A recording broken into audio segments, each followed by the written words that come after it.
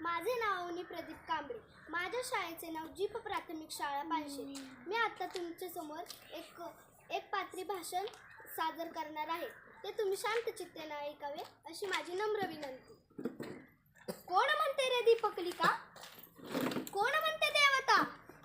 मी तर स्वजनांच्या रक्षणासाठी, लेकीबाईंच्या आत्मतेजाला जागृत करण्यासाठी साक्षात अवतरलेली सौदामिनी, हिंदवी स्वराज्याच्या स्थापनेसाठी प्रकटलेली शहाजीराजे भोसल्यांची राणी जिजाऊ, सिंदखेडचे पराक्रमी सरदार लखुजीराव जाधवांची सोनसळी कन्या जिजाऊ बोलते. शुभाच्या प्रत्येक पराक्रमी स्वाभिमानी निर्णयाला, विजयश्रीला आशीर्वाद देऊन त्याला प्रेरणा देणारी आदर्श माता जिजाऊ बोलते. आया बहिणींच्या लज्जेला हात घालणाऱ्या, त्या रांजाच्या पाटलाचा हातापायाचा चौरंग करायला लावणाऱ्या त्या सर्जनशील शुभाची मी जिजाऊ बोलते. कल्याणच्या सुभेदाराच्या सुनेला माहेर वाशिन म्हणून तिला चोळी बांगडीचा आहेर करून सन्मानाने तिच्या घरी परत पाठवणाऱ्या त्या पाठीराख्या विश्वबंधू शुभाची मी जिजाऊ बोलते. शुभा, शुभा, शुभा, कुठे आहात तुम्ही?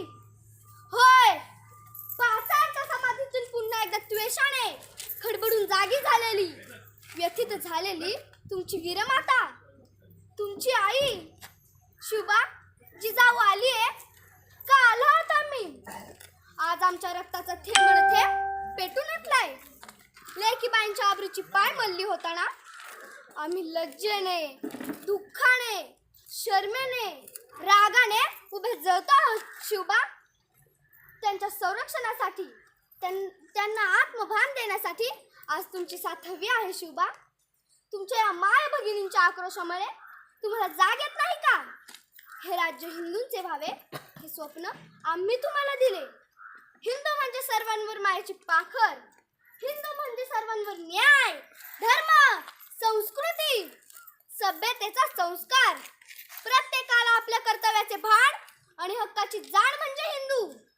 नीतिमूल्याची चाल, अनीतीची भीती हे हिंदुत्व प्राणपणाने जपण्याचे भान.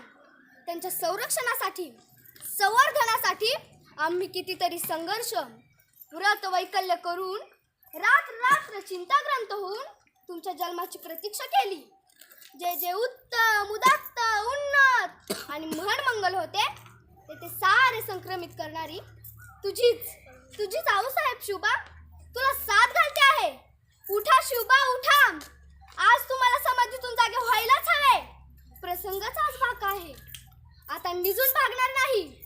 आज कुठल्या लढाईवर नाही जायचं, परक्यांवर घाला नाही घालायचा, पण पुन्हा एकदा न्याय तख्त्यावर बसण्याची गरज आहे. शुभा, आज तुमची न्यायबुद्धी पणाला लावायची. पाहिलेत आमच्या कमरेची ही तलवार? कुणासाठी, कुणाला द्यायची असेल ही? आपल्याच लोकात आपलीच कामांध, मदांध आणि पिसाट झालेली नराधम आणि पशु झालेली ही आपली कशी म्हणू ही आपली? खरं तर या नराधमांच्या नरडीचा घोट घ्यायला आमचेच हात शुशुळत आहेत. पण माझ्या संस्कारांचे काय? माझ्या संस्कारांचे स्तन्य पिऊन आत्मसंतुष्ट आणि सिद्ध झालेले तुम्ही आणि तुमच्या पदरी असलेली ही सुसाट, दक्ष, पराक्रमी फौजेने पुढे काय करायचे? म्हणूनच ही आई भवानीची तलवार आज आम्हाला तुमच्या हाती द्यायची आहे.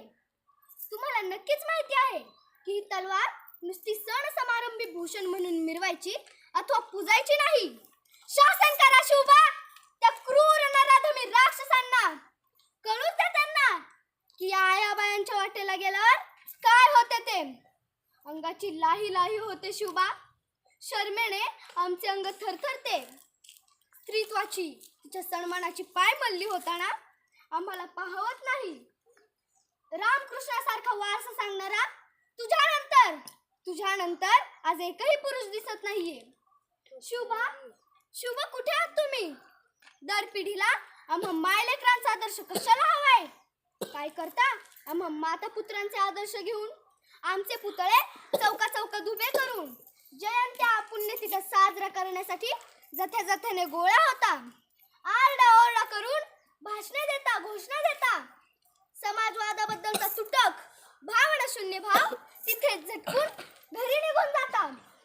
अरे माझ्या लेकरांनो, आया बायांनो, हे पाहून आम्हा माता पुत्रांना रडू येते रे. काहीच बरे होत नाही. हे पाहून आमचे कष्ट वाया गेले.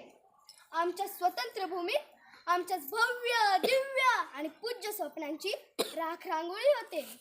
हे पाहून आम्हाला खंत वाटते. नका रे, नका आमच्या कष्टांना सण समारंभाचे रूप देऊ.